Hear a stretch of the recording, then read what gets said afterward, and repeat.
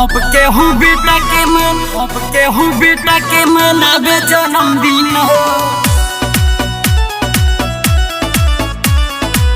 हम त मनाई बाबू माई के।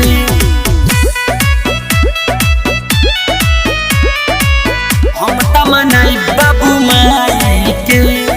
जेकरा अचारवा में बर चुकी भोइनी हमहु पोसाई के।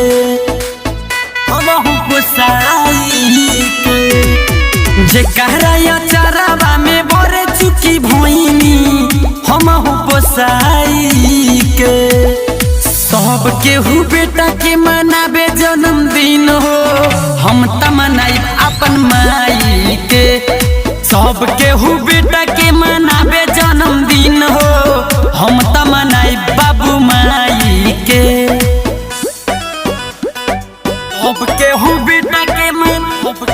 बेटा के मनावे जन्मदिन हो। हम त मनाई बाबू माई के। अपने न खोइली हमके खियली हो। हमरे खातिर उपवास भी कइली हो। माई होई हमर दुनिया जहानवा। इनके चरण में बसे चारों धामवा। देख के दुलारी त पोस देली हमके दूधवा पियाई के। सब केहू बेटा के मनावे जन्मदिन हो। हम त मनाई अपन माई के। सब केहू बेटा के मनावे जन्मदिन हो। हम त मनाई बाबू माई के। अब केहू बेटा के मनावे जन्मदिन हो। हम त मनाई बाबू माई के। माई बाबू के कबो दिल न दुखोई हो।